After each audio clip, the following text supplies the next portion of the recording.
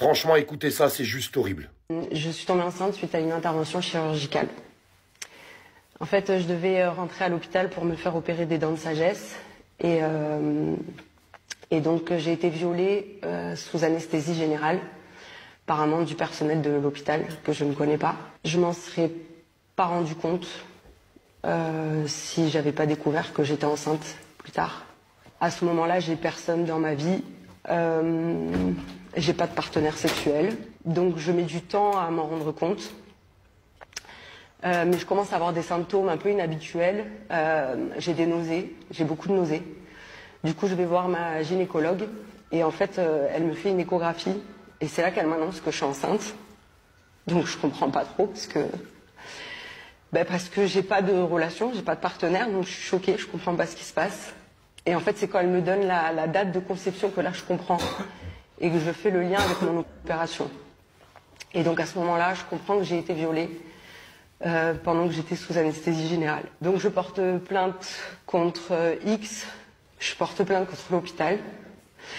Et ce jour-là, il y avait 4 hommes, il y avait un anesthésiste, un chirurgien et 2 infirmiers qui se relayaient pendant que j'étais en salle de réveil.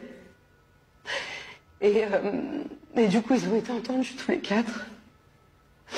Et là, j'attends. En fait, là, j'attends de savoir qui est mon violeur, mais qui aussi est le père de mon enfant. Parce que quand j'ai su que j'étais enceinte, c'était 9 jours après la date maximum pour se faire avorter. Donc j'ai porté pendant 9 mois l'enfant de mon violeur. Voilà. Non, mais c'est un véritable délire. Même à l'hôpital, des choses comme ça peuvent arriver. Je dis pas le mot, parce que je fais la vidéo en ce moment même sur TikTok, et vous savez très bien que sur TikTok, il y a des choses qu'on peut pas dire. Comment on peut en arriver là? Comment on peut en arriver là? Et à mon avis, c'est triste hein, ce que je vais vous dire, mais à mon avis, c'est pas un cas isolé. C'est parce que cette dame est tombée enceinte. Du coup, elle a compris ce qui s'était passé. Sinon, comme elle le dit, peut-être qu'elle s'en serait jamais aperçue. Vous vous rendez compte quand même du truc? Même à l'hôpital, en fait, t'arrives à avoir ce genre de problème. Alors, comment régler ce genre de problème? C'est triste, hein, mais je vois qu'une seule solution. C'est qu'il y ait des caméras de vidéosurveillance, que ce soit dans les blocs opératoires, dans les salles de réveil, partout, absolument partout. C'est fou d'en arriver là, quoi. Comment on peut... Il y a un procès qui est en cours en ce moment, c'est un petit peu le même truc. Vous voyez ce que je veux vous dire?